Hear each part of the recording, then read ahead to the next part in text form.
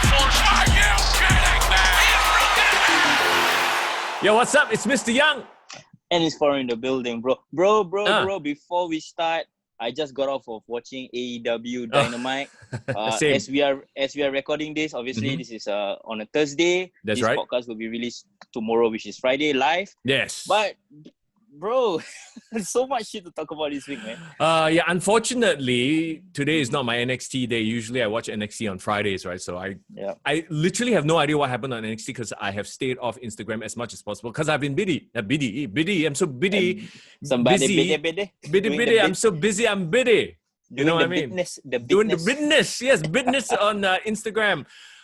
But that being said, though, I have watched AEW Dynamite, and we need to talk about this week's Raw as well. Yeah, hashtag Raw Underground. Raw Underground, yes, which has inspired our topic for today as well. So, do you want to start with that, or do you want to start with AEW? Definitely, for sure. But before that, I want to thank everybody who actually tuned in for our last week's Attitude Era watch along. Yes. We did a 31st July episode of Raw in 2000. Yeah, I hope you had fun going down memory lane with us. Like watching that episode, and the timing couldn't have been more perfect. Because remember, we keep talking about the unpredictability, that sense of chaos. Like Raw in the past few months had become this template, copy paste, just swap out the players, right? And then when we watched the episode of Raw, immediately we were like, wow, it just seemed like its namesake. It seemed raw and anything could happen. Yeah. And then it's almost as if somebody told Bruce Pritchard and Vince McMahon, hey, no, we should go back to doing that. We should make chaos a thing. There is a few WWE creative writers, I don't know whether you guys know this, that watches our episodes and our podcast and listens to our podcast quite regularly. Are you so sure? obviously all these ideas that they've been throwing for this past week's Raw, they definitely watch our episode lah. They're like, okay. These two Singaporean dudes out of nowhere have very good ideas. That's right. Let's follow what they have to say, man. Okay. Okay. I would love for you to message me those names, but I don't think that message is forthcoming. Well, at the end of the day, bro, like some of my favorite parts from the episode obviously was the entire Triple H storyline with Stephanie McMahon. It ran throughout the entire episode. So those are the certain things that we picked out on that work in that era that can still work today. Is that overarching story that runs through the show. And Raw Underground is a perfect example of them using that template, and it works. And I'm not saying, okay, let's discuss Raw Underground later. Whether it works or not, we'll talk about it for sure. But it links the story, like there's some sort of narrative that's going on throughout the show. So I know, okay, I want to look and figure out what's going to happen next there. There were just enough, and it wasn't done too overtly. There were just enough subtle things to make you stay from hour 1 to hour 2 to hour 3. So much so that it actually became a really must-see episode of Raw. In that, it was very engrossing. It was very engrossing, definitely. Yeah. So are we going to talk about Raw first then? No, I mean, okay, let's just get AEW out of the way, and I can update you a couple of things that happened on NXT. Sure. It's still fresh in my mind. But what was the thing? What's the one thing in AEW that stuck out to you or was quite memorable? Well, obviously, I'm back, but they can't use that song. So Eric Bischoff was the guest. Host of the debate between Chris Jericho and Orange Cassidy. Obviously, this is a setup for their big not title match, but a match feud, blow off. Yeah, they have their blow off match, right? Next week. Yeah. But it's pretty crazy to think that the last time Eric Bischoff was on a TNT show, it was basically 20 years ago. That's right. Nitro. Yes. Right. So it's that was a crazy get from AEW. Really? He's back. I wonder because like we saw Vicky Guerrero show up once and then now she's a recurring character. I wonder if Eric Bischoff will become a recurring character. I like definitely his appearance on this episode. But what was the best part about his appearance was the fact that he didn't overshadow the story. Correct. He was just there to, first of all, he was there to pop the audience. Like, holy shit, it's Eric Bischoff, right? Yeah. As always, it would have been better if there were a crowd, but the situation is what it is. Moving forward, though, I feel like not just in front of the camera, but behind the scenes, he has so much to give the wrestling industry. It's just that he has never been that yes man. And that's why he didn't survive in the WWE, right? Yeah. And we know for a fact that he's such a great character on TV. He still has that presence. Like every time Eric Bischoff comes on my screens, I'm like, man, whatever he's gonna say is gonna be like super fun and entertaining. I know he's gonna play a great role no matter what. But like you just said, to your point, he's not an overbearing character like a Vince McMahon. When Vince McMahon comes out, it's like all the attention's on him already. So he's just got that right balance of he's a good facilitator as opposed to attention grabber. And it was a really great segment. To me, it's perfect that you started out with that segment because personally that was my favorite part of the entire episode of AEW Dynamite. We've talked about this ad nauseum. It's Chris Jericho. Like he elevates everybody he's there with now. And with Orange Cassidy being this complete like indie sort of a type of character, and then all of a sudden Chris Jericho is legitimizing him. Okay, to be honest, I kind of saw where the debate was going to go, like even before it happened, I was like, okay, it's going to be a case where Chris Jericho is going to talk circles around Orange Cassidy. And then at some point, Orange Cassidy will suddenly make a big comeback and have something dazzling to say and win the debate. It's quite obvious. It writes itself. But to see it happen and to see it executed, I was like, okay, sometimes predictability is not a bad thing if it's a good thing. Yeah. Certain templates that work during wrestling's most popular periods, it will always work. You know what I mean? Like, certain things don't have to be changed. Right. And it's not even a wrestling template. It's a straight up movie, TV show template where, the underdog gets beaten down, and finally they have something to show and like, whoa, the pop factor, the shock factor. Yeah. First of all, I'm totally digging how Chris Jericho can spin any negative into a positive for him. He basically made Demo God his catchphrase now. Demo God. Yeah. Like what? So how many like different variations of Chris Jericho has there been in the past few years? I have no idea, man. I've lost track. But his theme song, if you saw like Titantron, right, he has a bit of golden into it. Last time it was like purely black and white. So I don't know whether it's a little bit of the bubbly being part of his setup. Because he's now more of a comedic character versus like the Painmaker was more of a badass, serious character. Whereas now he's sort of, gone back to his comedic roots and is doing way more comedy. Yeah, he's bringing the his jacket that he that was splashed on by the orange juice from like the previous month. So he's been carrying that stupid jacket for the last 3-4 weeks. He was wearing it. Okay. But this episode he actually asked Jake Hager to carry it for him. To be fair, he probably just keeps it in the arena because the arena is not open for anything else anyway. I legit think that it's freaking the same jacket and he's just letting it smell on purpose. No, it is. Like I said, after they're done with it, they just put it in one corner in the arena and we'll come back and take it next week, Yeah. So for those who are unaware, the story is basically he's challenging Orange Cassidy to the match, right, next week. And if he wins, Orange Cassidy has to pay him back the $7,000 that he owes for the jacket, which I feel like as much as wrestling stipulations go, it's a very realistic, but it's still, damn, I don't want him to have to pay $7,000. Like, it's not too over the top. It feels like it can work in a real world. Yeah. It's not like, oh, you have to pay me $10,000, which is like a bit like, huh, what? For a jacket, really? Yeah, for a jacket. Yeah, no, but it's priceless. It's $7,000. Anyway, that to me was the highlight. I like Matt Hardy. He came out and he was Matt Hardy. Like he did a very real promo. I don't know what to think about it, to be honest, because it's almost as if he just abandoned his whole many faces of Matt. So quickly too. Do you hear the reason why he's doing this though? No, is there a dirt sheet reason? No. I think he put it on his own social media. I think he said that in light of the current pandemic and that kind of stuff, he felt that it wasn't like the tone wasn't right for him to play like this fantastical character. He wanted to connect with his fans as the real person. And and help the company one thing, but help people at home by being a more inspiring version of himself, like his real self. So I think he wanted to drop the characters for now, given the context. But here's the thing that I made this personal observation, especially when we were watching last week's episode, where the Hardy Boys 20 years ago were on that show, and they had that whole fight with Edge and Christian.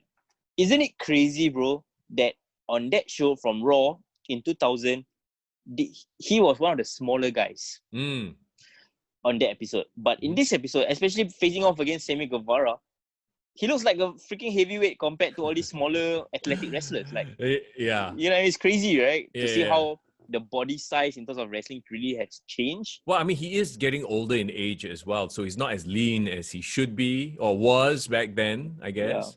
But that being said, though, I don't know. I'm a bit on the fence about this whole Matt Hardy thing. But I like the fact that he is also, much like Chris Jericho, working with the younger talent and hopefully elevating them at some point. I think this is a great mid-card feud, and it's a great way to reintroduce Sammy Guevara slowly, especially after the controversy that he had. Yeah. I really, really like what he did at the top of the stage. Yeah, I think that was badass.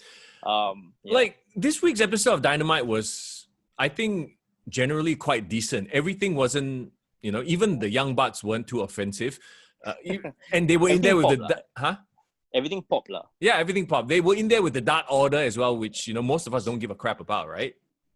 But the Order got the win, and it didn't feel like a stupid decision. I felt like, oh, okay, it makes sense. Exactly, right? So I was like, okay, like they started out hot because they had, the Dark Order versus, who was it? Elite. Young Bucks. They had the Elite and they had FTR. Yeah. Did you realize there's this whole storyline that's going on where Hangman Page seems to be more comfortable with FTR because they are more up their alley. Yeah, drink beer. And meanwhile, Kenny Omega seems to be like, I don't know, they're very subtly playing up like his violent tendencies or the way his attitude change.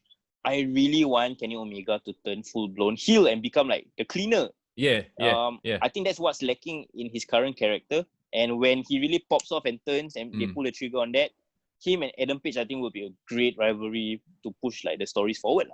I really do feel like it is coming. And you can just see, we've talked about it before. Every week, they subtly drop hints. Like, the way he reacts to things, he overdoes it. It's like, whoa, okay, that isn't the Kenny Omega we're used to. So it's definitely there. They're planting the seeds already. Who are the number one contenders? For the title? Yeah, the tag team titles now. If I'm not wrong, was it the Best Friends? No, Best Friends lost that. No, they lost that match already. That match. Who's it now? I could possibly be FTR. I'm not too sure. Actually, yeah. I can foresee FTR picking up the titles after Kenny Omega turns on them or something.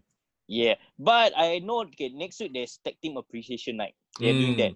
So, if I'm not wrong, FTR is facing against Hangman Page and Kenny Omega. Okay, if I'm not wrong. Is it for the titles? Based on the graphic, I think it is. But like I said, don't quote me on this. Whoever that is listening and watching, if you want to correct me in the comment section, please do. Yes, do it. But dude, the seeds are definitely there for the turn. So I foresee FTR becoming tag team champs at some point and Kenny Omega, turning heel. Yeah. Oh, another couple of things I like on the show was the fact that this happened after the match, but initially they had Zack and Cody, the Sweet Life of Zack and Cody. I mean, Matt Cardona. Matt Cardona and Cody Rhodes teamed up. They're buddies. Matt obviously looks great. He looks jacked. Here's one thing that a very interesting observation I realized. Way he fights, the way Zack Ryder hashtag, AKA Matt Cardona. Sorry, I'm gonna call him Zack Ryder for now. Yeah, Matt Cardona is not a very easy name to say or remember. Yeah. Even though it is his real name. Yeah. But doesn't he wrestle like an early 90s wrestler for you, bro? What does that mean? No, his moveset feels very cartoonish, very new generation style. You know what I mean? Like, I don't think he fits in with AEW in terms of his style. Well, then again, then that means you have a variety, which is a good thing, what? Yeah, it's true. I agree. But, okay, name me any other wrestler. Perhaps not even in AEW, but any other wrestler that kind of wrestles like Zack Ryder or Matt Cardona. He has a very Kurt simple... Hawkins. That is just generalization, bro. Yes. No, he has a very simple moveset that makes me feel like a territory wrestler or like maybe an NWA wrestler. He got his Rough Rider, he got his woo, he got his side. Like, he's... Okay, it's weird to say but it does make sense. He has the most WWE style ever. Like, he fits the 5 moves of Doom. Yeah. His moveset is simple. He's not doing anything over the top. He looks great, So, I don't know. it's just a weird contrast lah. Is it to the other because he's in wrestlers. Is it because he's in the land of flippity flops? That definitely makes him stand out as a Yeah. different wrestler. And if that is what AEW is going for, offering a buffet where everyone has different styles, then great. I'm just thinking of like how, I want to take him seriously, that is not the moveset I will take a main eventer. Sure. Well, let's not even get carried away. Main eventer, no, he's not anywhere near that scene right now. I don't know if they are looking to have him turn on Cody at some point because, he's always hanging around Cody now or what's going on, but definitely not main event. But then again, their main event is not main event.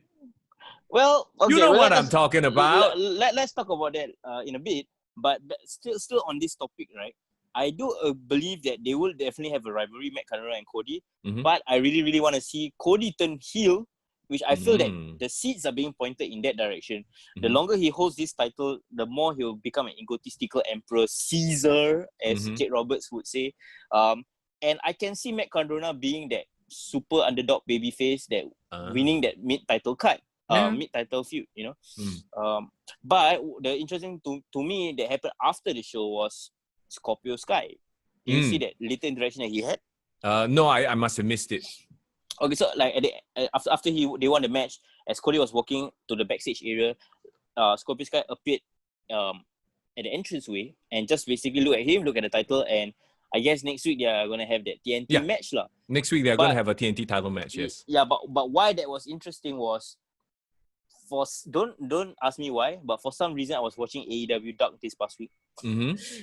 And Scorpio Sky cut a pretty badass promo after one of his matches. After his match, he took a steel chair and sat in the middle of the ring, and he says that this is a throne, and this can be a throne for all I care, because apparently it seems like I am the king of AEW Dark. You know what I mean? So he's trying to make this point that he's been underutilized. He's been underutilized lah. He's been winning all his matches. He's been doing a lot of great work, but he's in AEW Dark. And he said he's not crapping on AEW Dark as a show, but this is not my ceiling. And then he brought up a really, really great point. He says that in this company, only 2 people has beaten Chris Jericho before. One of them is the current heavyweight champion, Jon Moxley, and the second one is me. Yeah. So why the hell am I being dropped off? Why am I, he said, why am I being left off the seat at the table? Correct. Because if you guys don't realize the value, so he basically cut off like a very passionate / almost heelish kind of promo. Say that if you're not gonna, give me a seat on the table, I'm gonna break down this door and I'm gonna splash. I'm gonna upend this table and make it mine. And he followed that up with that stare at Cody this past. Right. Wow. Okay. So for some reason, the timing of me watching AEW Dark led me to discover this gem of a promo. And yeah, that's the thing, bro. He had a great opportunity. He had that great performance against Chris Jericho last year, and then just dropped off. Yeah, so yeah. There you go. Do we think that he might win the title next week? No. But at least he gets a shot and he gets featured on the main show, huh? I really like Scorpio Sky. Like, obviously, out of the 3 in SCU. he's the youngest, most athletic. Yeah. Definitely he would be the breakthrough star from that faction, right? Yeah. But then again, that faction is not doing anything on the main show as well, so... Yeah, SCU has been relegated to AEW Dark. Which is so sad that the Dark Order are, meanwhile, actually on AEW main TV all the time. Yeah. Let's talk about the main event now. Let's talk about Jon Moxley versus Darby Allin. I actually enjoyed Jon Moxley's promo about how he respects Darby Allin, but kid, just tap out when the time comes, It's like stay down. Stay down. Yeah, when I ask you to stay down. I actually really liked that promo because it was very real and very raw. Yeah. It should not be for the main title.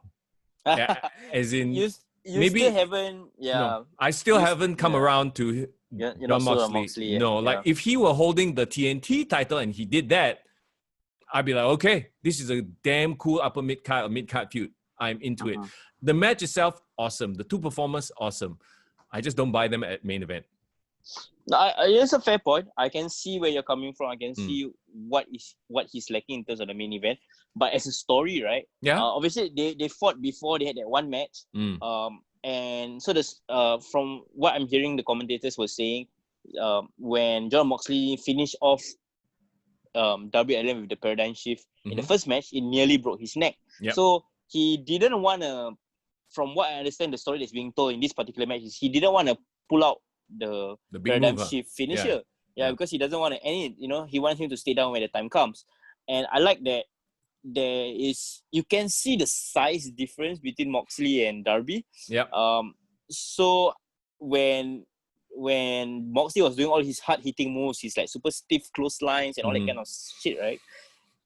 Don't you feel that I really can feel Darby Allin getting beaten up? Oh, yeah. You always get that when you have these huge size discrepancies, Yeah.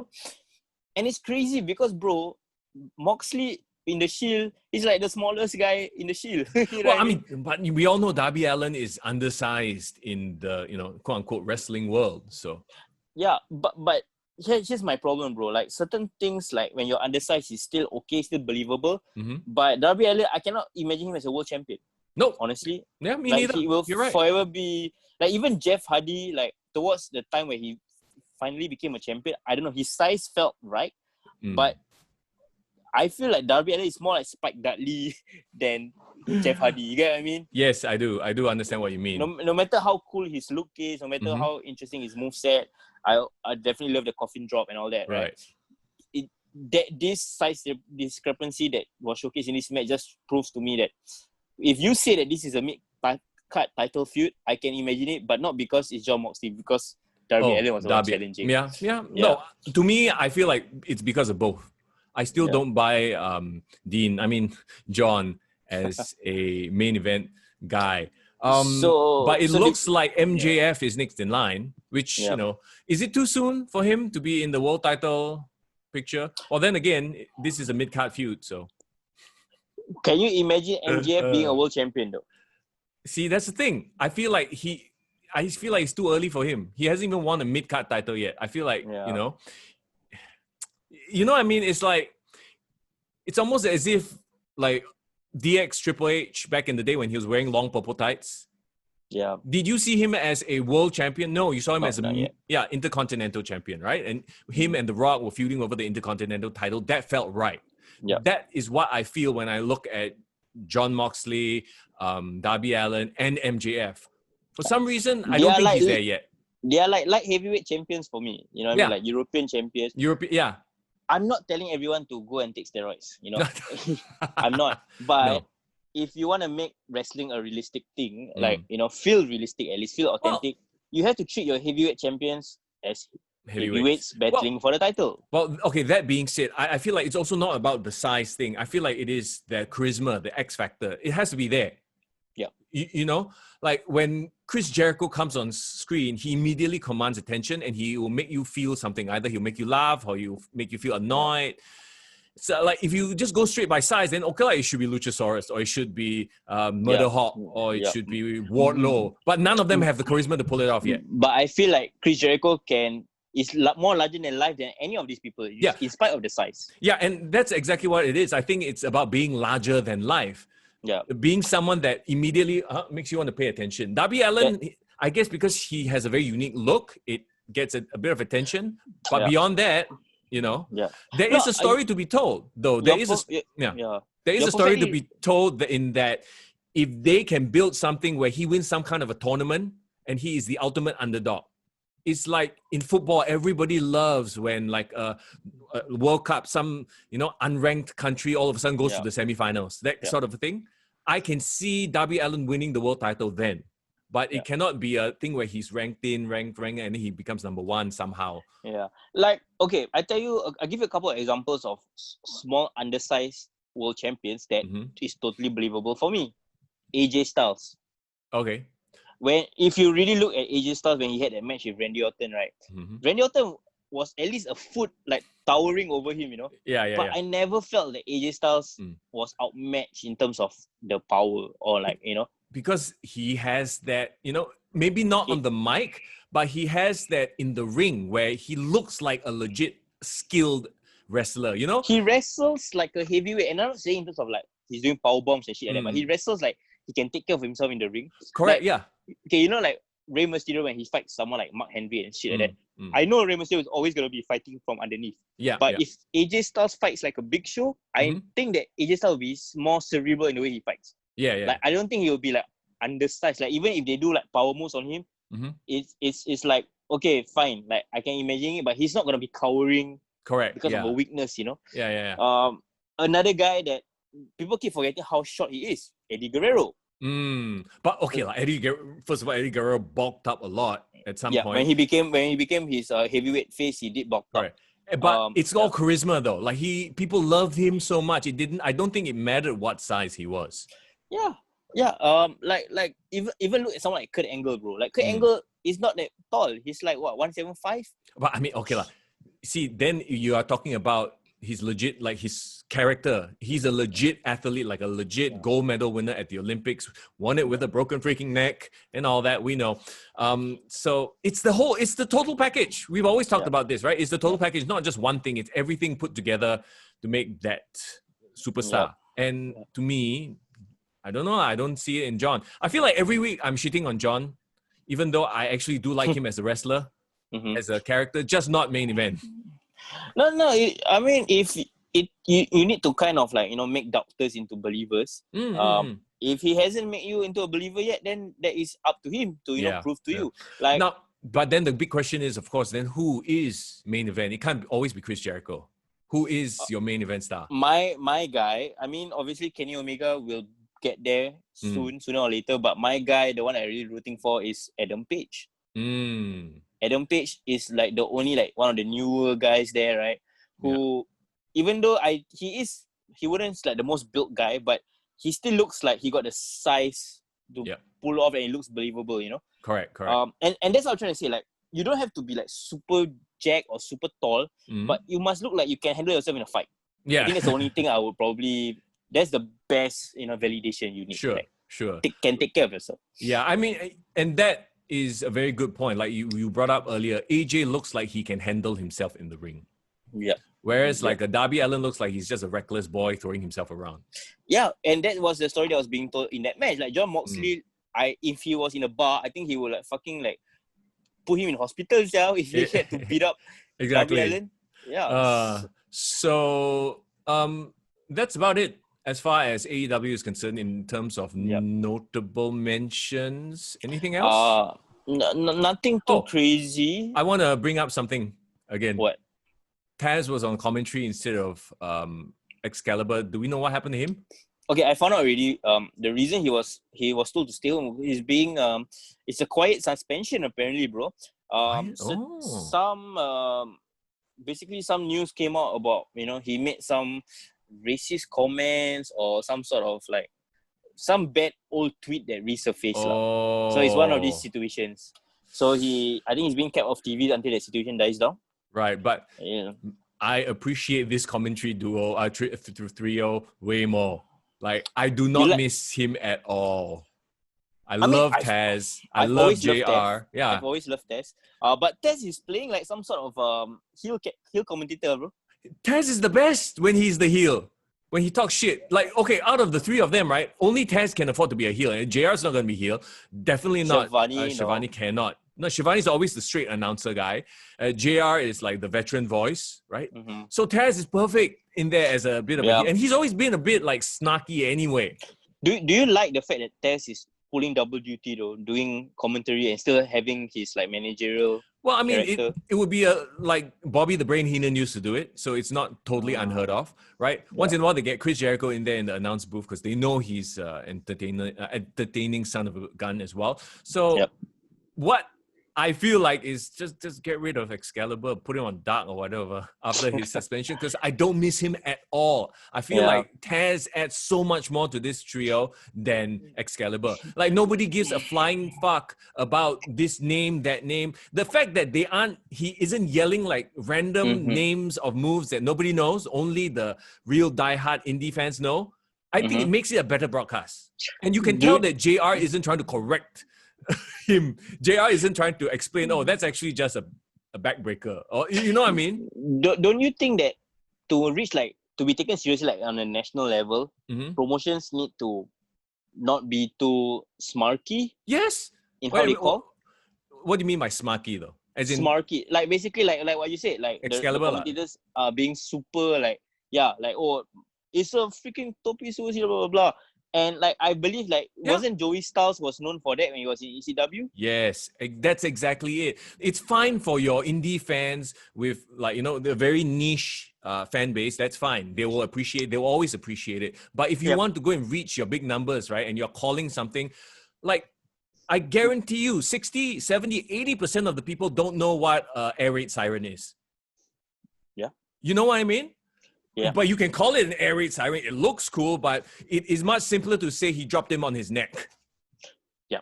And that sounds more vicious. Yes, exactly. If you say air raid siren, huh? What? Yeah. And this, my day job, I'm a radio DJ, right? A lot of times we are told to, or taught to, back in the day anyway, to keep things simple as well. Why? It's not that we are talking down to people. It's that if you can describe something in the simplest way possible, more people can understand what you're saying. Don't come up with some fancy word nobody understands. You know? You have to speak to the masses, right? If you want to get more eyes on the product. Yeah, I think the whole point of being a commentator is to educate the audience.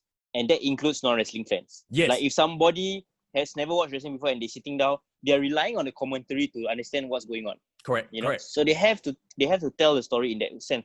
And that's why I agree with you, bro. I love Tess on commentary. But if I'm playing devil's advocate, we have to cut some slack on Excalibur, because Excalibur, before he had all this national attention with AEW, he was only commentating regionally for PWG, right? Pro Wrestling Guerrilla. Yeah. So he has never had TV experience, so he's legit learning on the job. And I have to commend him for the fact that he tried his best, and he's definitely have improved from the first time I heard about him.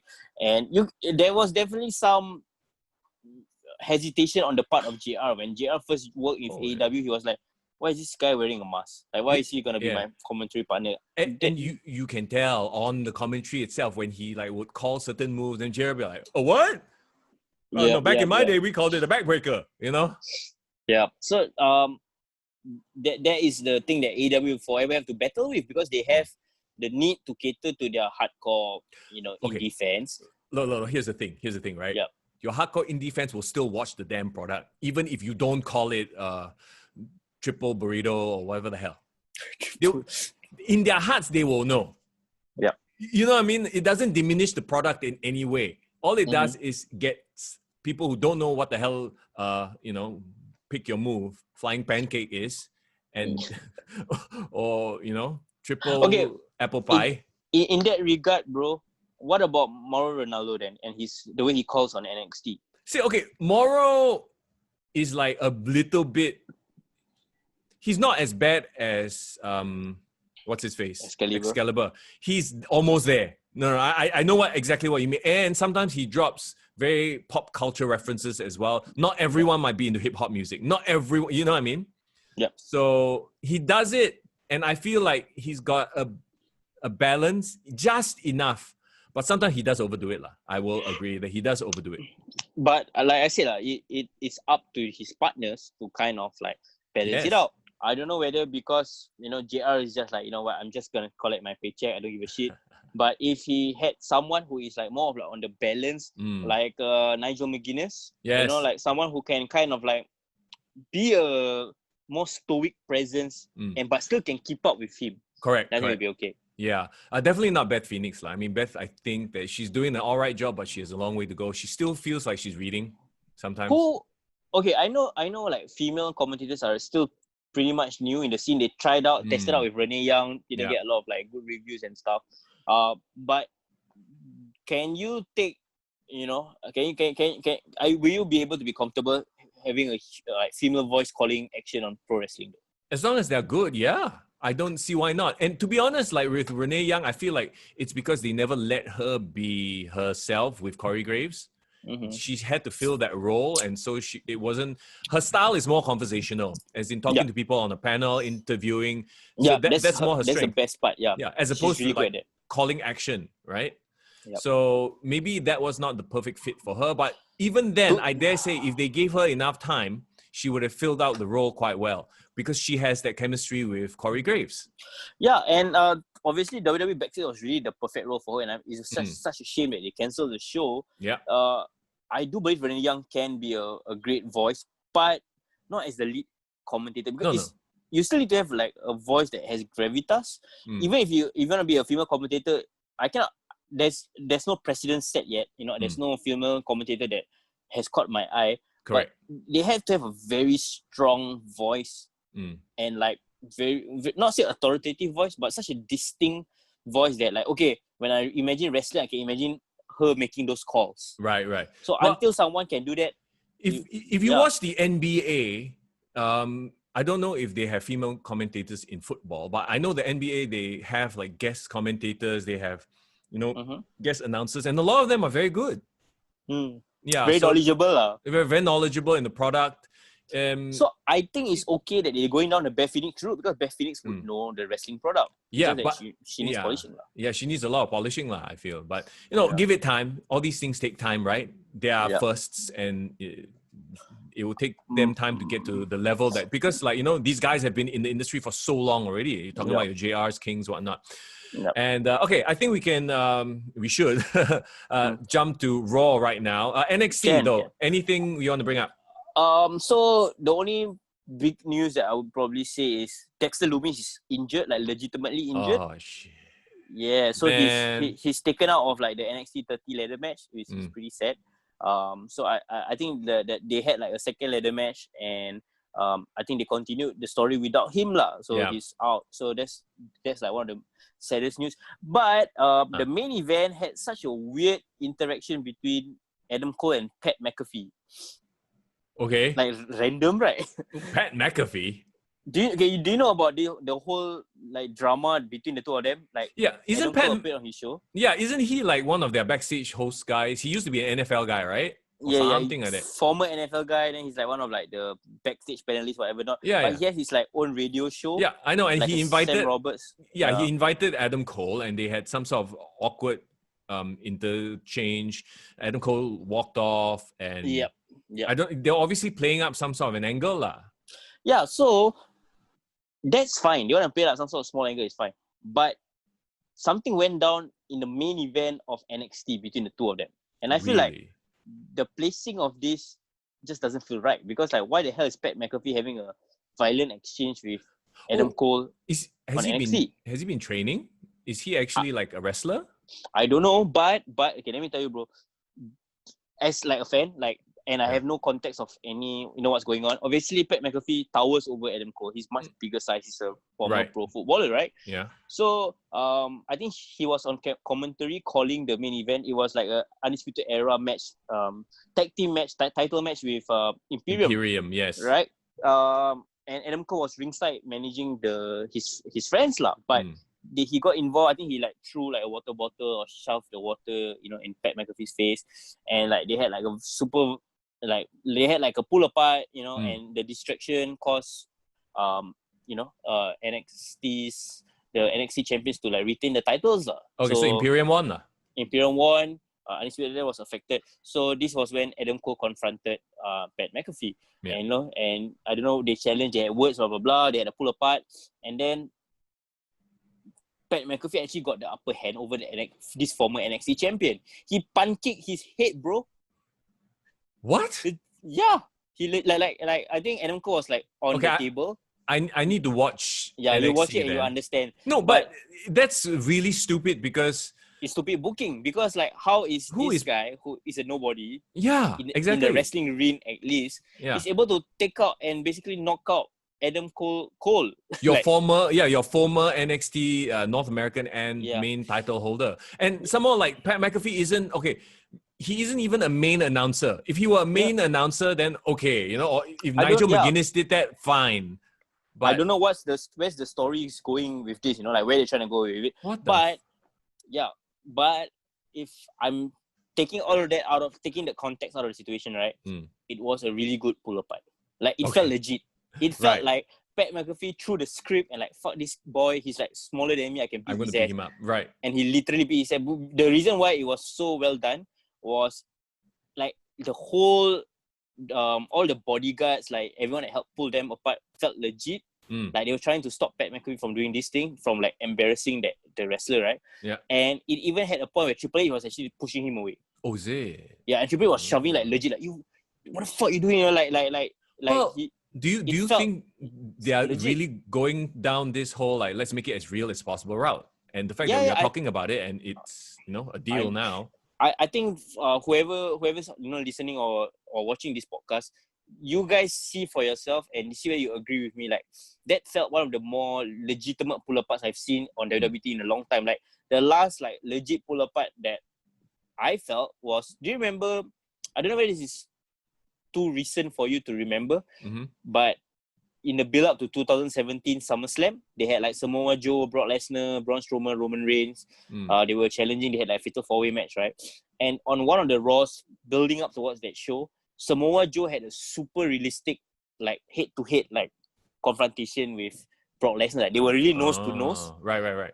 And at that point in time, Samoa Joe, he's not backing down. He's being like a badass, and he legit, like the way he was pissing off Brock Lesnar, felt like these two is really gonna go at it. And it felt real. Like I feel that these two will legitimately beat each other up. Yeah. I haven't felt that way since then, and I've only felt that like this was the first time I felt like, whoa, okay. So but I mean, by what you've just said, then that means it was a good segment. It was a good segment, but it just doesn't make sense. Okay. Well, maybe it doesn't have to make sense. Maybe, in the heat of the moment, somebody can get the upper hand, thus it's fair. Whole, unpredictability thing. So now all the more I want to see it and see how they played it off. Yeah. Okay. That is a great thing that happened. Obviously, there's a lot of great stuff that happened with like Santos Escobar, like the cruiserweight. I think it's really well written. It's just that it's a small part of the show. One thing that you would want to check out is the opening match. They had like the number 1 contenders women's match between Dakota Kai and Rhea Ripley. Okay. NXT takeover worthy match, bro. Wow. That's all I can say. Well done. Really well done. Yeah. NXT XXX. 30. Yeah. It's coming out soon, right? Is it coming out before or after SummerSlam? I have no idea, bro. I'll have to Google that shit. Somebody will tell us in the comments or whatever. Yes, please. We really are relying on you guys, man. Yeah. Anyway, so that's the Wednesday night thing. Let's talk about Monday now. Let's talk about what we were so excited to talk about, because when it happened, I remember that day too. Like on Tuesday morning, you messaged me. You was like, bro, this week's Raw, don't want to spoil it. Stay off the internet. Stay off Instagram before you see it, because it's gonna make you go, what? Like, what the fuck am I smoking right now? and dude, I agree with you, bro. It was one of the best Raws I've seen in a long, long time. Definitely this year, maybe even in the last... Okay, in the COVID era, best Raw. Oh, of course. That one without a doubt. Because like we talked about just last week, I don't know if it's coincidence or they really just started to feel, we are being too formulaic, too template, but it was complete chaos from start to finish. And right from the start, they had the power outages. Yeah, power outages, technical issues. Yeah, so you're like, which what? Felt legitimate. Felt like, okay. They were saying something about, like electrical storm just passed through Florida or something. Correct. Yeah, it's like, what? Really? Yeah. Okay. So you didn't know if it was a work or a shoot, which is the best thing about wrestling. Let's run through like all the segments, because I think every single segment it felt newsworthy. There was things happening. So we started off with the US Championship match between Apollo Crews and MVP. And like we've been saying all along, bro, MVP has legit been an MVP this year, right? Yes. I'm really like, when we were talking about like who on Raw, who on SmackDown makes me want to watch the TV, like whose screen presence makes me like, okay, I want to see what she's doing. MVP has become one of the guys on Raw. Like, I want to see what MVP's up to. Oh, okay, we got a bit of lag right now. So, Foreign's frozen on my screen.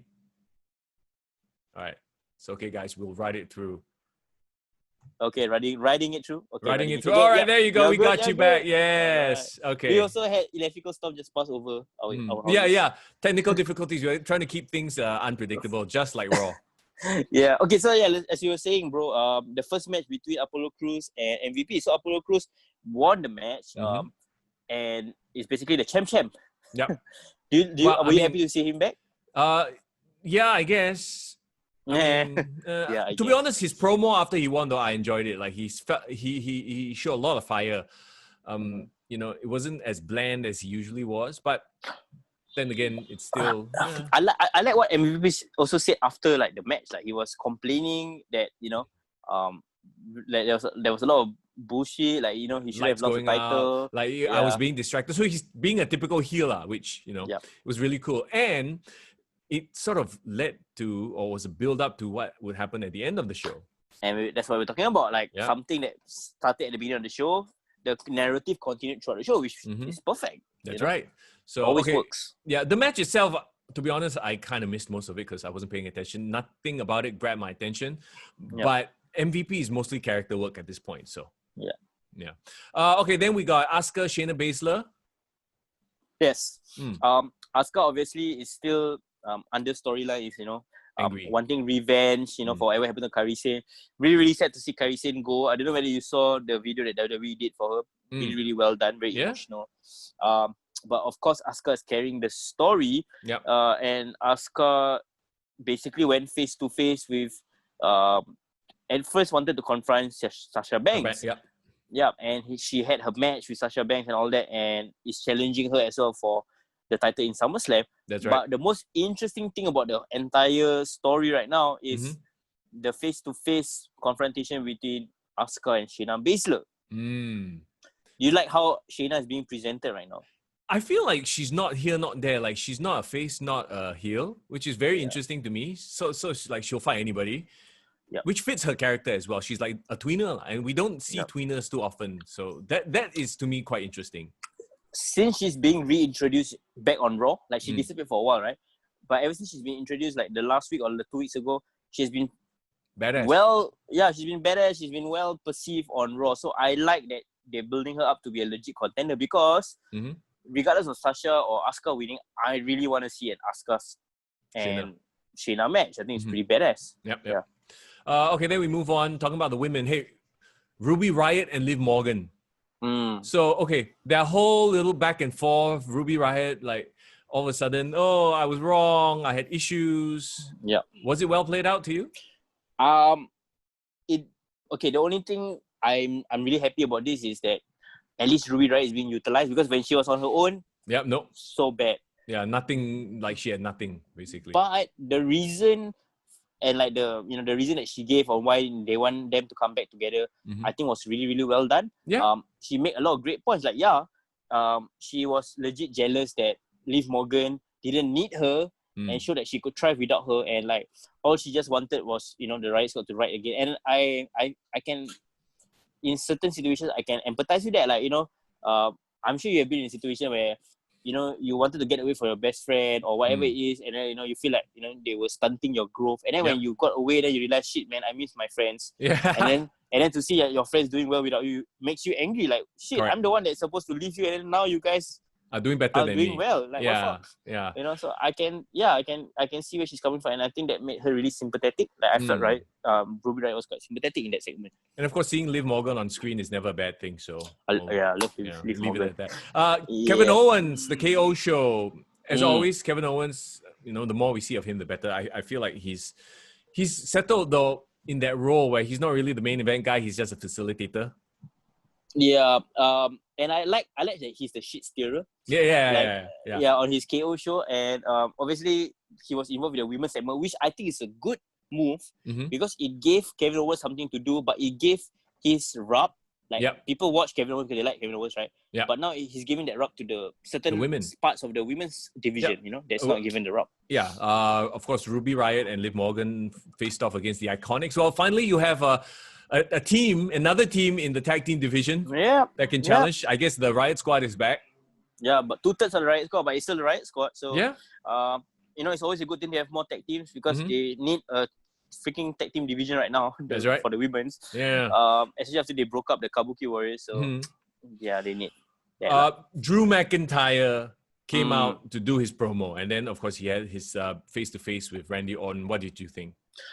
First of all, what the hell is Ric Flair doing there? I don't know lah. I think they gave him a contract, so they're like, okay, you know what, we should just use him. Just show up once in a while, talk a bit.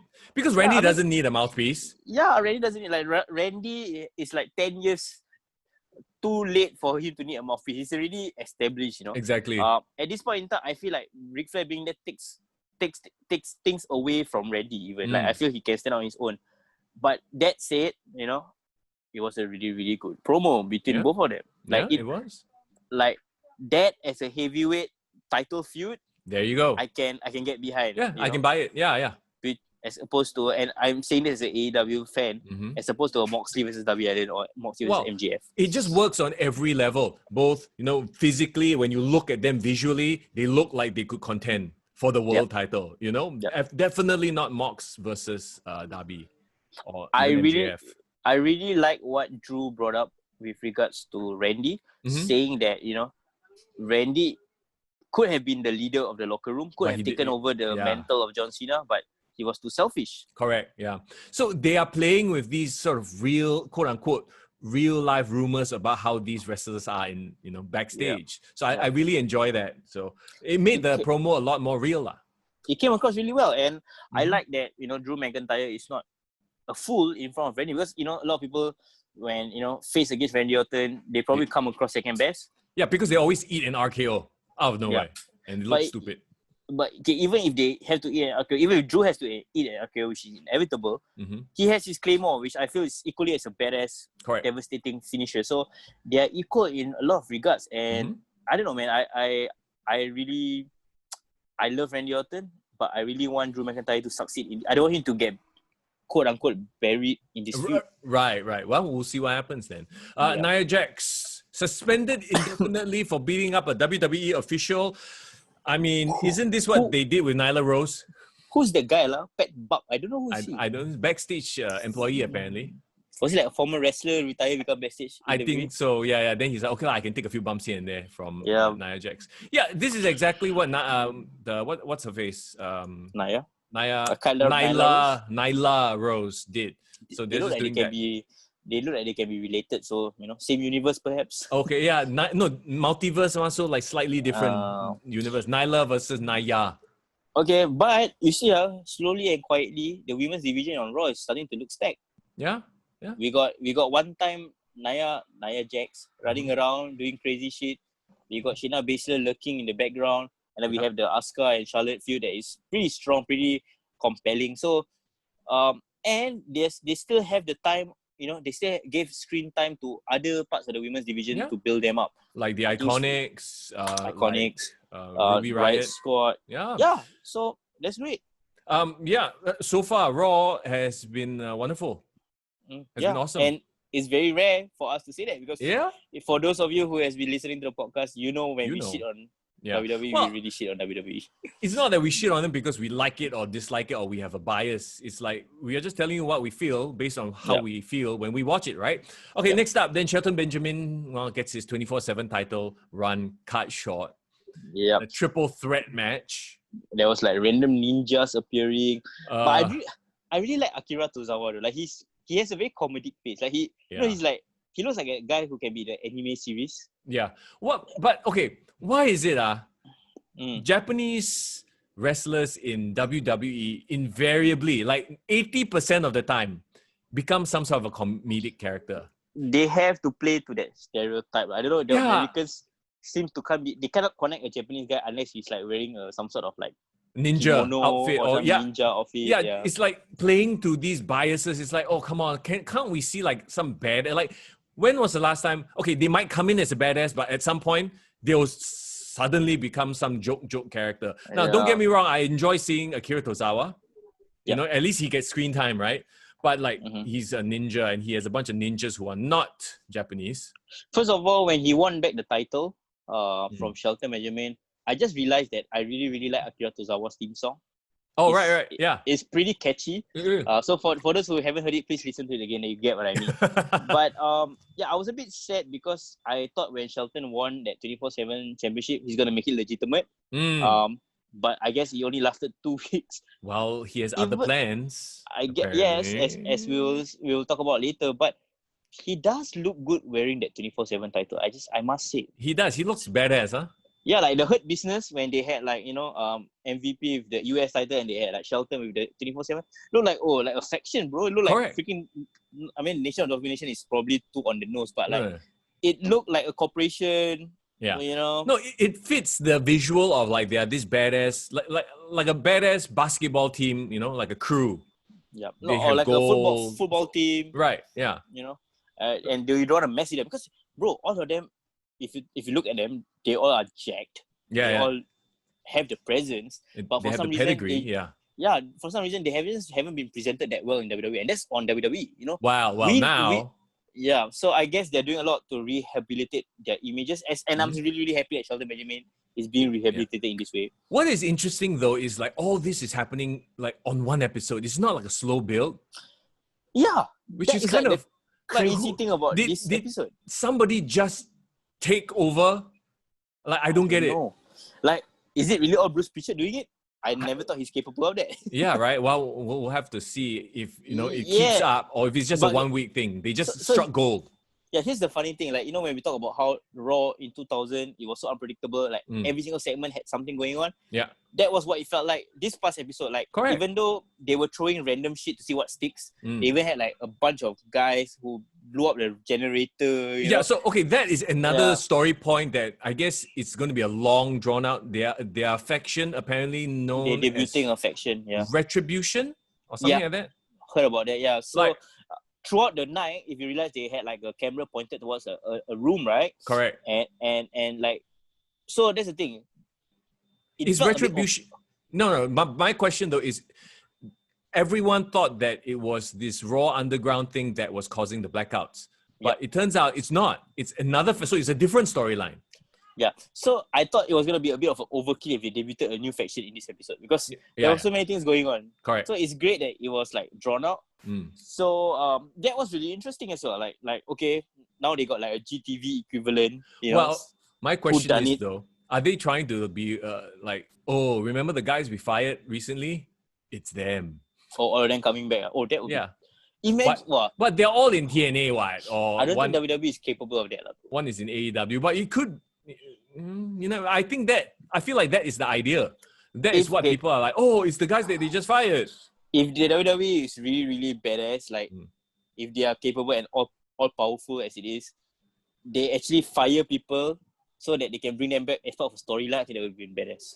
Like if the spring cleaning that they did post WrestleMania this year was actually part of a storyline that will make all of them come up and become like a faction. To, like, that would have really like set the wrestling world on fire. But of course, we know that's not the case because Zack Ryder is over in AEW and all of them are separated. Kurt Hawkins, they're all. So what could it be? Who knows? What could have been?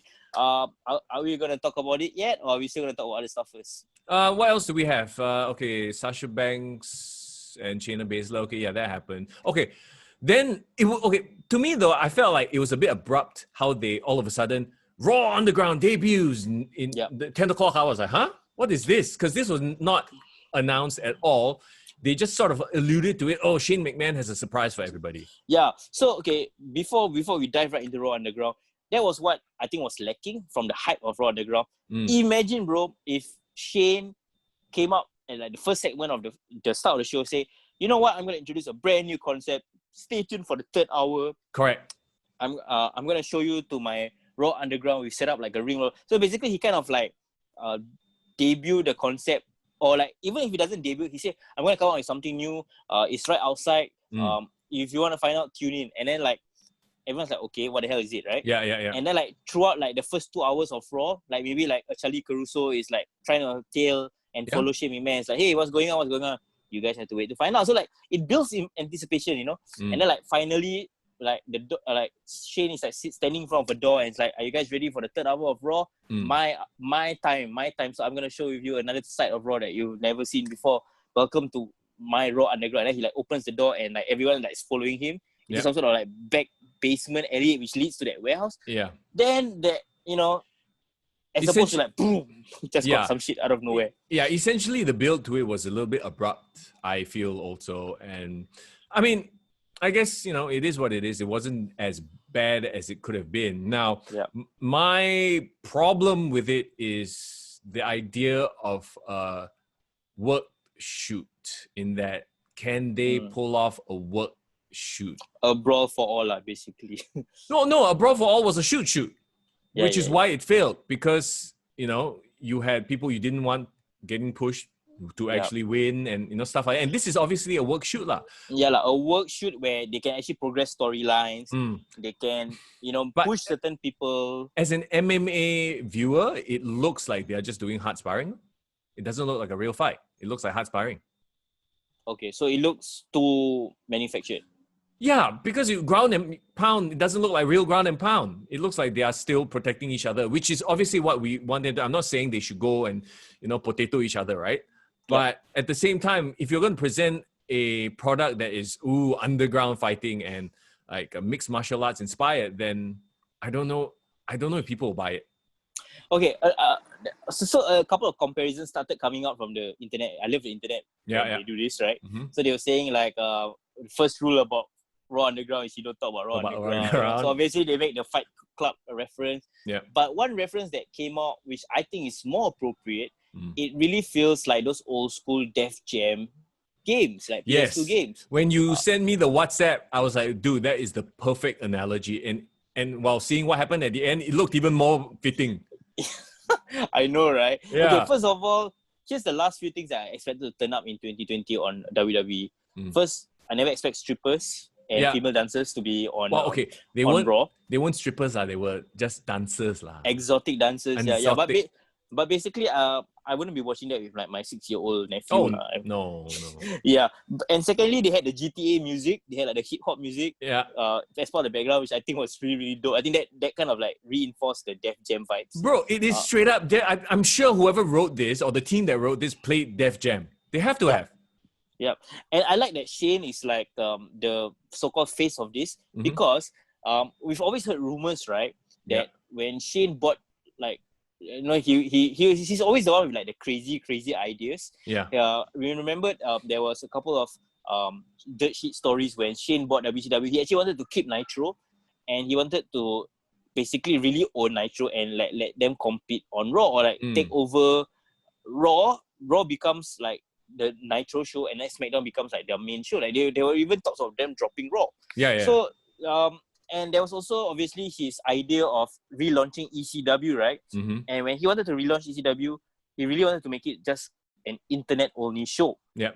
Which is basically NXT on the WWE network. So that was he was ahead of his time. He was ahead of his time because he said like, hey, if you kept an internet show just exclusively on WWE.com, we can try a lot of crazy things. We can, you know, make it as gory. We can still appeal to that hardcore ECW fan base. But obviously, Sci-Fi picked it up.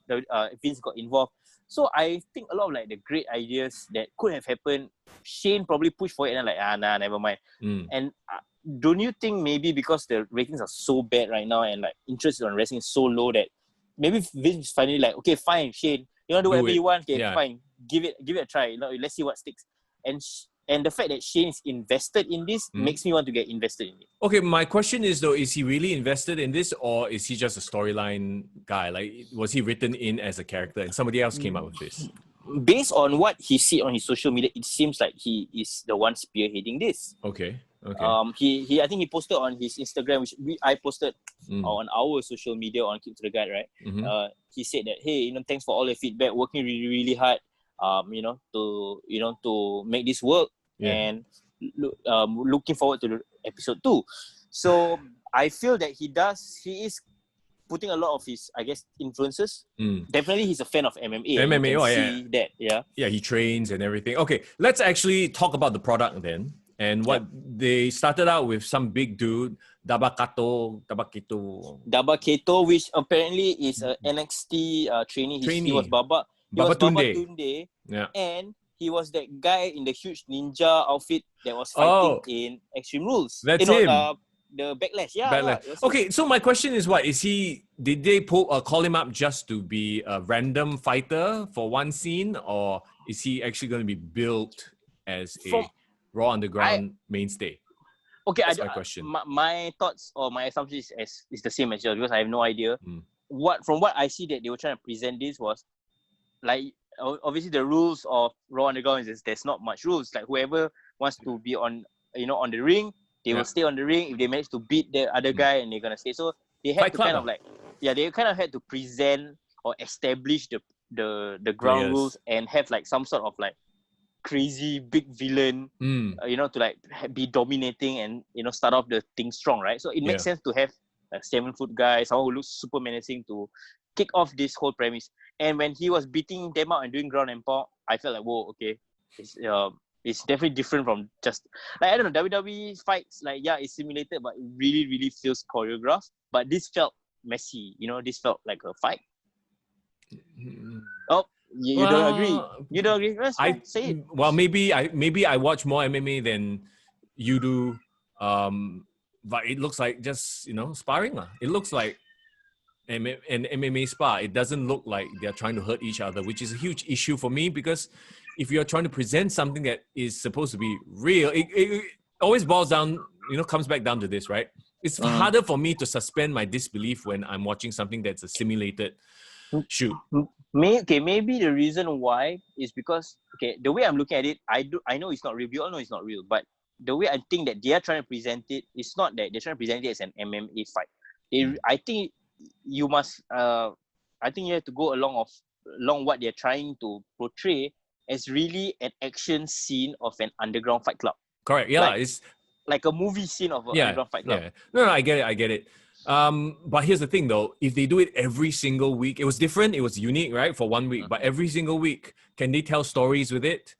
Is it going to be like Def Jam? Okay, so that's storyline. That's where a couple of interesting things that I noted lah. Obviously it happened starting from the third hour of Raw, and there was like multiple segments, right? And it was running while the show was happening concurrently. Yeah. So what I really really liked was that they incorporated certain wrestlers into the matches. Yeah, they had Eric, one of the Viking Raiders. Yeah. They have Dolph Ziggler, which was like, what? But it made sense because he's, always said he's like Kent State all-time record wrestler. He's an amateur wrestler. So he actually managed to show off his like amateur skills on that Raw Underground mat, which I think was pretty cool. So and I stayed back to listen to like the Raw talk afterwards.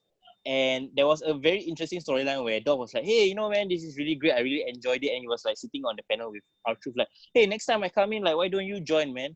Like, I got tickets if you want. Like they making it sound like, this thing is going to happen on every Raw. And like, it's going to be like a backstage part of the show. Okay, but what is the goal? Like, why would you go and fight in Raw Underground? Do you get prize money? Do you get some bling? Is there a title? Yeah, so they haven't like obviously revealed this intention, right? You have to wait and see lah. You have to wait and see. That's why I guess it makes the viewer like us want to know what's going to happen next, which is something that I haven't felt for Raw in a very long time. Well, like we say, like if it makes you scratch your head and go, what the heck is going on, and makes you want to watch, it's doing its thing, right? It's doing a start, its job. right? Yeah, it really is. We can't say they're not trying because they're definitely trying. Okay, you know what's my favorite part of like Attitude Era? Like something that's very underrated, but I know a lot of people enjoy this. Hardcore title. Yeah, definitely. But in terms of backstage scenes, I love it every time they shoot to the back and it's like APA chilling at the back, playing cards. Right. Yeah. And they have like their standalone plays and that kind of shit. So like, and then when they have feuds there or like they kick off, have matches. So like every single Raw episode, you can expect there will be one segment where AP is just chilling in backstage. Yeah. So if Raw Underground can be that regular thing where there's something always happening at backstage of Raw. Correct. And it can help establish certain characters, and their fighting style is a little bit more, rough and raw. What if it can be a storyline where they, it's like a proving ground. Okay, you can't make it on the main roster. Like you can be the king of Raw Underground, for example. Correct. Yeah. And it, I guess, gives it like a badass vibe. Like, this person is the Like a bare knuckle fighter sort of a vibe. Okay, and that's why, I mean, let's talk about it since we're already at this subject. That's why I really, really like the development at the end of the night when the Hurt Business basically took over Raw Underground to make them their own. So, okay, then the question is, was Shane McMahon there just to announce it and then from now on it'll be the Hurt Businesses thing? Or is Shane still going to be a part of it? See, that was my question at the end. Like, they said they were going to take it over. Does it mean like they are the dominant faction in Raw Underground? Or does it mean they bought over the whole thing and Shane can go screw off now? I don't know. But I like, the possibilities of it. Like, I like that, okay, now Raw Underground is being held hostage by the Hurt Business. Like, we rule this thing. No. We are the undefeated champions. And, I like that. And it fits the whole Def Jam vibe. It's perfect with the three of them. Like, the way MVP acts and how he is, I swear someone went and played the old games. They're like, this is what we need to do. Bro, imagine, bro, he has his VIP lounge from Raw Underground, live from Raw Underground. Yeah. He has like a nice little pimped out corner where he's sitting there watching all the fights. He's betting on the fights, that kind of thing. And all the ladies are just beside him, like dancing. Yes. It's like, and you know what I mean? It feels like a gentleman's club. Yeah, and he's like this baller. It's like, oh, you think you're good? Why don't you go and challenge that guy? That kind of thing. It totally fits. That's the thing about WWE that is missing. And I like that, we are slowly going back into this. Every single character, every single wrestler had like a character or like a thing that they bring to the table. Correct. So imagine if Hurt Business, this is like their thing, right? Okay, they are in charge of Raw Underground. Bobby Lashley's like the dominant champion there. Yeah. Or like and like MVP is running operations of the Hurt Business from Raw Underground. Yeah. That can just make something, it's like a part of Raw that I want to look forward to. It's a perfect fit. And that's probably why MVP dropped the US title. He's like, okay, I've elevated the title enough. I've debuted the new title. Give it to Apollo Crews. Let him have his shine. Now he moves on to start. And it's I think it's a great transition for him because like moving away from Apollo Crews, what would his next story be? He has this dominant faction. What the hell is he going to do? Who's going to feud with? So all of a sudden he has this thing now called Raw Underground, where he can build storyline, and it could actually legitimize Bobby Lashley finally. Yeah. Not that he wasn't legitimate to begin with, but Bobby Lashley, for the longest time, didn't have any rough edges. He was too, clean cut, too handsome. Yeah, too handsome. Yeah, that's not a bad thing, obviously, but you never could take him seriously. Now, all of a sudden, and everyone knows he has an MMA background as well. Yeah. Bro, imagine, one day, Brock Lesnar takes over Raw Underground. Or like shit. Or like Brock Lesnar and Bobby Lashley have their feud finally, but at Raw Underground. Oh my god, yes. Wouldn't that be badass? That would be such a badass fight. Yeah. So like wow. And it's really, really crazy because for me, my favorite times in wrestling, I don't just want to generalize and talk about the Attitude Era, but so I love it when there's an overarching storyline and it's happening throughout, over a couple of episodes or until a pay-per-view. So I love it when it's like Nexus, the Summer of Nexus was a thing, Summer of Punk was a thing, where like every single episode, you want to know what's going to happen to CM Punk or what is he going to bring to the table this past week. Yep. When I don't know whether you remember this, but there was like a strike that was done on Raw where people didn't want to go work for Raw. And like the show opened up where there was no announcers, no one, only Triple H. And then Triple H said, you know what, if I'm going to wrestle a broom for 20 minutes, I'm going to do it, and I think I can give a better match with the broom than some people at the back. Like he basically shit on them, and like this Wild Wild West vibe, I love. Like it's finally that's when WWE or wrestling feels great. Like when it's like a prison when it just and became out of control. I like all hell breaks loose, and there is something for everybody. Like every wrestler from the top of the card to the opener has some sort of a story. And speaking of which, okay, let me very quickly pivot because we didn't mention the poisoning. Oh, we didn't mention the poisoning. Okay, so all of a sudden the Street Profits and Andrade and Angel Gaza, they've been feuding already. But then during the match, Montez Ford passes out. Bro, what does this remind you of, bro? Telenovela. Is it? Okay, I wasn't going there, but okay. No, doesn't this remind you of an old WWF angle with Shawn Michaels where he collapsed in the ring? Do you remember this? I vaguely remember this. It sounds very familiar. 1995, I can't remember who he was fighting, whether he was fighting Owen Hart or someone lah, but he was like being all like, I think it was like the main event, and then he was being all like, oh yeah, let's go, you know, like very rah-rah, and then he was like shaking the ropes, and then he just fainted and collapsed. And the way they pulled it off, it felt like it was a legitimate, like he died lah. He collapsed, and like, and then they panned to the crowd, and like the women were crying and shit. Like he wore like the oxygen mask and that kind of shit. So and I'm gonna use another example coming up for something else that happened on Raw, but it felt like this episode they were giving a lot of throwbacks to very old angles, controversial angles that work, and they just throwing it to see what sticks on this particular episode. So like the collapse thing was so Shawn Michaels from 1995, and then got this underground thing that was going on was so APA. Do you think Shawn and Triple H are getting more of a say then? They are like, you know, pushing their ideas or something like that? Because obviously it cannot be the person that has been running shit this entire time. Okay, officially Triple H doesn't have any creative control on Raw, but then everyone is at the performance center right now. Yeah, so exactly. I think it's like all hands are on deck. Yeah, so he's like whispering to the old man, say, hey, let's do this. Remember so much fun? We had this fun doing that, right? Yeah. Maybe that could be it. I hope it's it. Honestly, right, bro, like seeing like how the pandemic is going on, and especially in the US, like they rabak lah, bro. Yeah. But right, wouldn't WWE benefit going forward, right? Making Raw like an intimate studio show for at least like the next year. Yeah. You know, like a full, like really run Raw from Full Sail, for example, and have this very intimate setup. At least like when they have fans coming back, right, it can fill up the crowd. It still looks like it's pretty filled out, but it's a smaller crowd. Yeah. And they can run all these like segments lah. I think it will work. I think it would too. But we'll obviously have to wait and see. That's still, you know, quite a ways to go. Like, obviously, they want a full arena, but... Yeah. One more thing, when you talk about old segment that was very reminiscent, we gotta talk about Seth Rollins, you know, coming out and obviously challenging Dominic Mysterio to SummerSlam. But that's one thing, that wasn't the comparison I wanted to make. So when he first came out, he started berating Tom Phillips. This has happened, bro. This has happened so many times in pro wrestling where you go after the main announcer or the beloved announcer. How many times has Michael Cole been threatened? How many times has JR been threatened? So here's the thing that is very reminiscent of storyline that's done years ago. You know how every time when people want to bully JR, it's always Jerry the King Lawler standing up for him. Correct. His friend. Yeah, it's always his friend. And it's like his friend happens to be a badass wrestler as well. Yeah.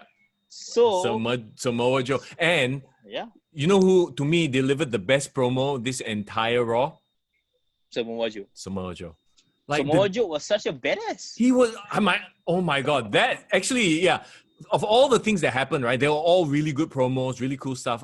Seeing Samoa Joe all of a sudden like stand up to Steph and Buddy, and then just like, he's straight fire on the mic all the time. And that makes me miss him. Like as a performer, a performer on the ring and all that. But here's the funny thing, like even before that, I was chuckling to myself because when Seth Rollins was like super bullying Tom Phillips, right? And then Samoa Joe had this look on his face. He's like, oh man, do I have to get involved? Oh yo, lazy lah. Hey, don't get me involved here lah. You know? And then finally, it's like, okay. Like, okay, fine, I have to defend my friend. But here's the funny thing. So I was listening to the crowd, right? Yeah. So, some of the crowd were actually talking very funny shit, you know. Oh, is it? And like, I don't know if anyone else picked up on it, but I was laughing because there's one guy, one idiot in the arena, one of the trainers, just want to talk shit for no reason. It's the same one that I've mentioned in the past episode, remember? There's always one guy yelling random bullshit. Like, okay, so what did he yell? So one thing he said, I laughed my ass off. When like, you know, Buddy Murphy was like standing face to face to Samoa Joe, and then like I think Seth Rollins is saying like, you know, you don't get in our way, you know, we have to do something about it. And then like Samoa Joe is like, okay, like do something about it. I dare you to do something about it. I was laughing the hardest, blah blah blah, right? And this one idiot, you know what he was saying? What? Just go around him lah. Just go around him. And I was like, just go around him lah. You know, like. Oh, them cocks, who's this guy? Such an idiot thing, but yeah lah, like Samoa Joe was so badass.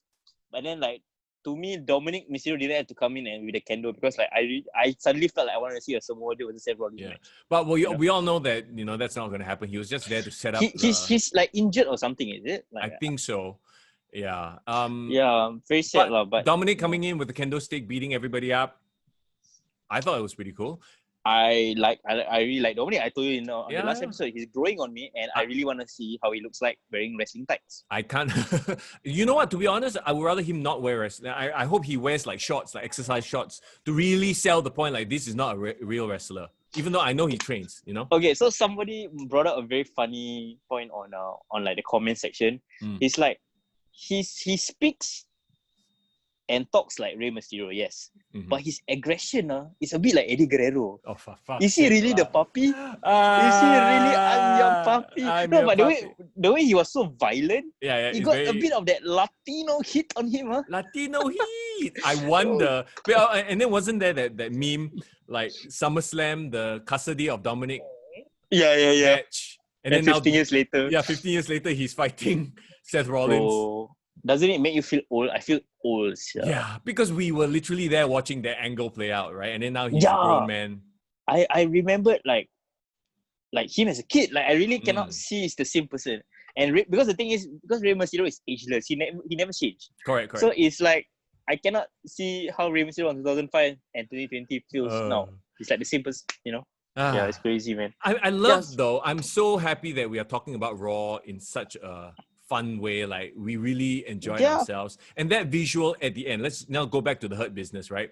Where MVP has the mic and he's like, we are the Hurt Business and business is booming. He drops the mic. They look so badass. And that visual is literally like what Def Jam was. Like these, underground fights. Okay, for when we upload this on YouTube, like the thumbnail, I'm gonna try to like make like a Def Jam and then like the last episode, and just combine it together. Let's see how it goes. Because it's just I never realized. Maybe there are other influences as well, but it just works. The characters, the people. Bobby Lashley has the pedigree for it. Shelton Benjamin, even though he's not done anything for a while, somehow he fits as well. Yeah. Like the mid-tier boss there, and then of course MVP as the big boss of the place. And okay, it's crazy, man. Like how we were talking about like what's there on. Literally, I remember this conversation we were having on like a previous episode. We were just saying like who is on Raw that I want to watch. That makes a lot. That makes me won't change the channel and stuff like that. And then I said the longest time, just Randy Orton lah. Yeah. Other than Randy Orton, maybe a bit of Seth Rollins, a bit of Drew McIntyre, but other than that, nothing else. But this week, bro, genuinely, Randy Orton, not even like the top person that I want to see what's happening. Like nearly every segment, okay, not every segment, but I dare say 80%, which is a really high number already, of the 80% of what went down was like, oh shit, I want to see what happens next. Okay, it made me forget that we were in a pandemic Raw. It made me forget like it was a smaller arena. Like the stories that were just happening throughout the show. So I felt like, kudos to whoever is involved and with crafting these storylines, and that's what we want as like wrestling fans. Like you and me talking about wrestling every week, it can become a bore, it can become a chore. And I'm sure like people who hear our episode, who's listening to us, always think like, shit, man, like I know you wanna listen to our podcast and like support us and stuff, but I didn't really watch Raw because there was nothing fun that happened. Yeah. And I can only imagine during the Attitude Era, it's this fun. Imagine if we had a podcast during the Attitude Era. It's probably like this. Like every day we would be water cooler talk lah, as it were. They always want to do a segment where, when you go back to work, people will be like, oh shit, did you see that? And this Raw was exactly that. So if ever you want to go back and watch Raw, watch this last episode of Raw. We can't guarantee the next episode is going to be good. It could be a shit show for all we know, but I hope they keep up the momentum. All right, let's get to the topic then. I mean, we've talked a lot about Raw and AEW, but with the whole Raw Underground thing, we got to thinking about, there are obviously some MMA links. Yep. So we posed the question on our Instagram page, who's your favorite MMA fighter turned pro wrestler? Yes. And let me preface it by just, talking about the influence of MMA on pro wrestling right now. Like, obviously, let's be honest, right now, MMA is huge. And I would say it's definitely more mainstream than wrestling. The best way I can know is like the most recent big UFC cut that they had on like Fight Island between Masvidal and who's the other guy that he fought? Usman? Was it Usman? Usman. Yeah, he fought Kamaru Usman, right? that did like over like what 1.5 million pay-per-view buys or something like that. Mhm. That's like WrestleMania kind of buys. I mean, it's So- not Ronda Rousey, it's not Conor McGregor level, but Yeah. it's like MMA goes through cycles. You have to rediscover a top star Yeah. each time. Before Correct. that, it was Chuck Conor, Liddell, it Chuck was Liddell. George St. Pierre, it was Anderson Silva, Anderson Silva, the Spider, yeah. So Brock there's Lesnar was like a thing for a yes, while. Brock Lesnar as well. So there's always like phases. It goes up and down. Then your champions like they decline, and then somebody else Yeah. has to rise up. And here's the thing, like we can definitely admit there was a period in time where WWE didn't want to have anything to do with MMA. Like they really said, "Oh, okay, we are completely different things, separate entities."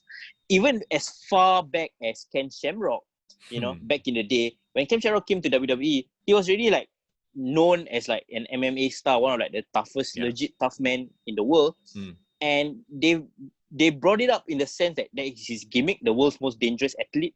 Yeah. Right. Well, okay. He was called that on like a TV show, like a Good Morning America type show. So they just went with it because they would never say like mixed martial arts, like UFC, the Octagon or whatever.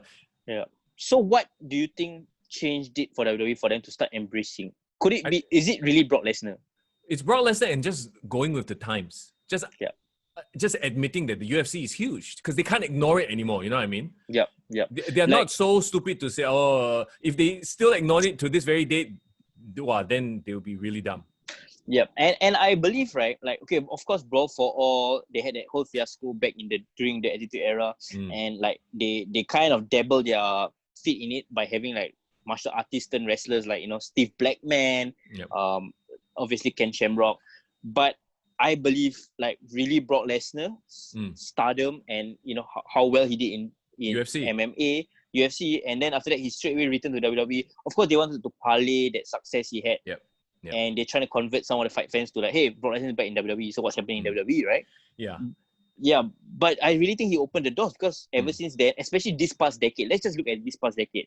So many former, MMA fighters have turned into pro wrestling or transitioned to pro wrestling. And I'm pretty sure on this list that we're going to be talking about, with like the fans our listeners has chimed in, all of them basically went through the same cycle. They really did well in MMA and they transitioned.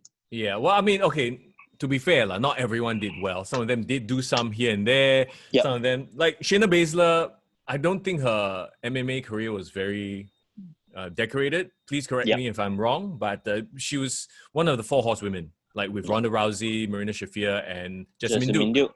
Which right? I have no idea what happened to the two of them. Maybe they're just chilling out, but all of them are now, pro wrestlers as well. Then, of course, we have Matt Riddle also.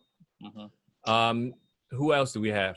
Well, in Sonya Deville. but Sonya Deville also